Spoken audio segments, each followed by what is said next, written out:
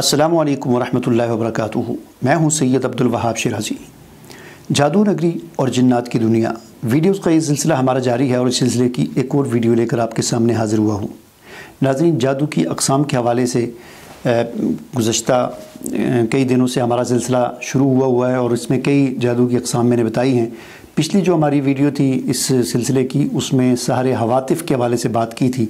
आज की वीडियो में हम बात करेंगे सहरे अमराज़ के हवाले से, यानी ऐसा जादू कि जो इंसान को मुख्तलिफ़ किस्म की बीमारियों में मुब्तला कर देता है। ठीक है जी। इस जादू की अलामात ये हैं कि इंसान किसी भी किस्म की किसी जिस्मानी बीमारी में मुब्तला हो जाता है और आम नॉर्मल रूटीन में वो इलाज करवाने के लिए किसी हस्पताल या किसी डॉक्टर की तरफ जाता है। डॉक्टर उसका इलाज करते हैं। शुरू में ऐसे ही होता है, कोई दवाई लिख के दे दी, कोई इस तरह, लेकिन उसको सेहत नहीं मिलती। फिर वो किसी बड़े डॉक्टर के पास या किसी बड़ी अस्पताल में जाता है। वहाँ से वो फिर उसके टेस्ट करते हैं उस बीमारी के। तो होता ये है कि टेस्ट सारे क्लियर आ जाते हैं और मरीज़ कहता है कि मेरे अंदर ये बीमारी है, ये मसला है। तो डॉक्टर कहते हैं कि जी टेस्ट तो सारे क्लियर हैं, आपके अंदर ये मसला नहीं है। तो ये एक बड़ी अलामत होती है इस बात की कि इस पर सहरे अमराज़ किया गया है, यानी सहरे ऐसा जादू किया गया है कि जिसने इसको इस बीमारी में मुब्तला कर दिया है। अब ये कैसे होता है कि एक चीज़ टेस्ट में नहीं आती और टेस्ट क्लियर आ जाते हैं और बीमारी उसके अंदर मौजूद होती है। ये असल में ऐसा होता है कि पहली बात तो ये बारहा हमने वीडियोज़ में बताई कि जादू क्या चीज़ होती है। जादू में जादूगर एक जिन की ड्यूटी लगा देता है, उसको एक टास्क जो है उसको सौंप देता है कि तुमने फ़लाँ बंदे पर जाकर ये मसला करना है। वो कारोबारी लिहाज से हो, जिस्मानी बीमारी के लिहाज से हो, जिस किस्म का जादू हो, तो एक जिन की ड्यूटी लगा दी जाती है और वो जिन उस आदमी के पास आकर उसको उस चीज़ में मुब्तला कर देता है या उस किस्म का उसका नुकसान करता है। अब सहरे अमराज़ में भी यही होता है।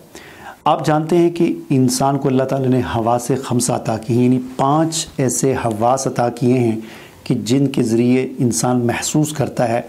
मसलन सूंघना ये इंसान की एक हिस्स है, चखना ये एक हिस्स अल्लाह ने दी है, देखना, सुनना, ठीक है, छूना, ये 5 हिस्स, इनको हवास खम्सा कहा जाता है। देखना, सुनना, सूंघना, चखना और छूना। जब हम किसी चीज़ को छूते हैं तो हमें महसूस होता है। तो ये हवास खम्सा जो है इनका जो है तरीक़ाकार ये होता है कि जब भी कोई चीज़, मिसाल के तौर पर आपने अपनी उंगली या हाथ आग के करीब किया तो एकदम से ये छूने वाली जो हिस्स है ये सिग्नल भेजती है इंसान के दिमाग को। इन जो 5 हवास हैं इंसान के, इन 5 हवास का मरकज़ जो है इंसान के दिमाग में होता है। यानी हर हिस्स का एक मरकज़ इंसान के दिमाग में होता है। जो हिस्स इंसान की जो चीज़ महसूस करती है उसके सिग्नल फ़ौरन दिमाग को भेजती है और दिमाग आगे से उसको प्रोसेस करता है। उनसे इंसान की तालीम, नॉलेज, मालूमात जो उसके अंदर फीड होती हैं उनको प्रोसेस करके वो फ़ौरन जवाब देता है कि तुमने यहाँ पर क्या करना है। ठीक है, मिसाल के तौर पर आपने हाथ आग की तरफ किया तो चूँकि ये मालूमात पहले से दिमाग में फ़ीड होती हैं कि आग जलाती है, ठीक है, आग जलाती है, तो ये चीज़ पहले से दिमाग में फ़ीड होती है इंसान के। तो जो ही आपका हाथ आग की तरफ जाएगा, बेशक आपकी आंखें बंद हों, तो वो तपश हाथ जब महसूस करेगा फ़ौरन सिग्नल भेजेगा दिमाग को। दिमाग फ़ौरन प्रोसेस करेगा कि ये क्या चीज़ है और फिर वहाँ से फ़ौरन दिमाग चूँकि हुक्मरान है वो फ़ौरन आर्डर जारी करेगा कि हाथ को कि पीछे हो जाओ। तो ये सारा काम 1 सेकंड के अंदर होता है, यानी हाथों का महसूस करना, फिर वहाँ से सिग्नल भेजना दिमाग को, दिमाग का प्रोसेस करना और प्रोसेस करके उसको जवाब देना कि हाथ पीछे कर लो। ये सारा 1 सेकंड या 1 सेकंड से भी पहले हो जाता है। तो इतना तेज़ ये यानी अल्लाह की कुदरत का ये निज़ाम जो है वो काम करता है।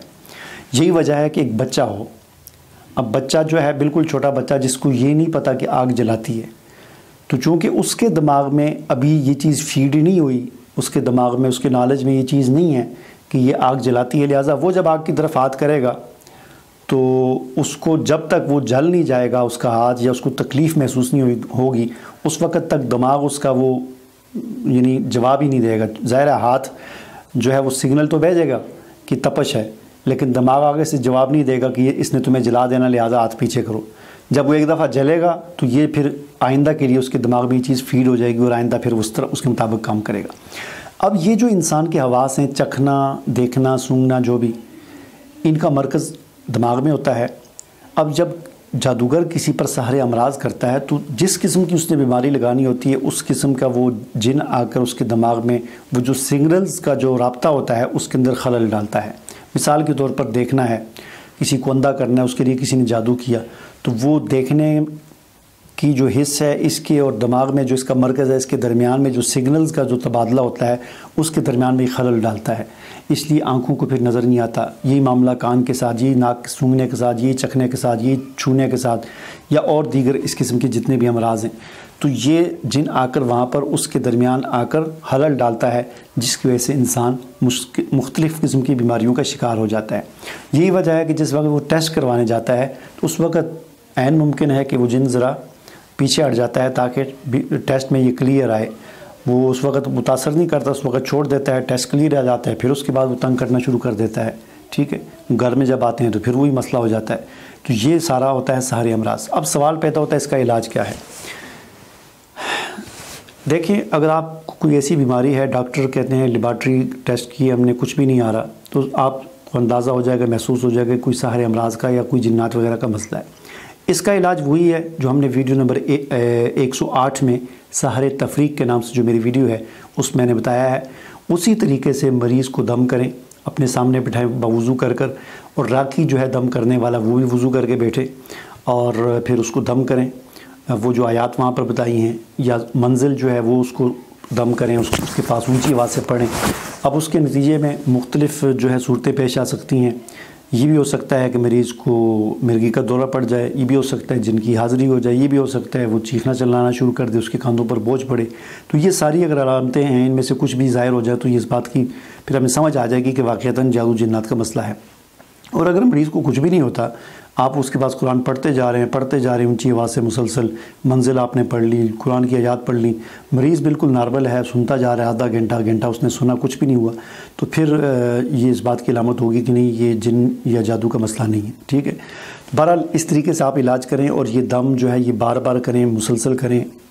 آڈیوز جو ہے قرآن مجید کی اردو ترجمے کے ساتھ یا آپ کی جو بھی زبان ہے اس ترجمے کے ساتھ ڈاؤن لوڈ کر کے مریض مسلسل اس کو سنتا رہے، کم از کم 1-2 گھنٹے روزانہ سنیں، اور 1-2 مہینے تک اس علاج کو جاری رکھیں۔ انشاءاللہ اللہ تعالیٰ آپ کو شفا عطا فرمائے گا۔ مجھے اجازت دیجیے، اللہ حافظ۔